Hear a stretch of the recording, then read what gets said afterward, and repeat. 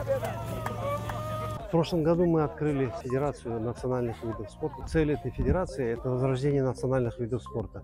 Вот сегодня мы пригласили сюда президента Федерации борьбы на лошадях из Татарстана. Для нашего народа это вид спорта, который развивался много лет назад. В ханские времена воины, которые, безусловно, должны были быть всадниками, когда вступали в ближний бой, они сабли свои в ножни вставляли и переходили, хватались за пояс. А пояс у каждого всадника – это обязательно атрибут одежды воина.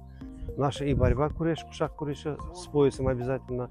И вот эта борьба на лошадях. Надо было сидеть на лошади, быть устойчивой, посадка должна была быть и уметь стянуть всадника. Вот эта традиция, мы решили ее возродить. Такие показательные выступления обучают нас правилам. Пришли борцы, которые занимаются кушак-куреше, и они вот это все прочувствуют. В Крыму у крымских татар они были искусными наездниками, насколько мы всегда это знаем.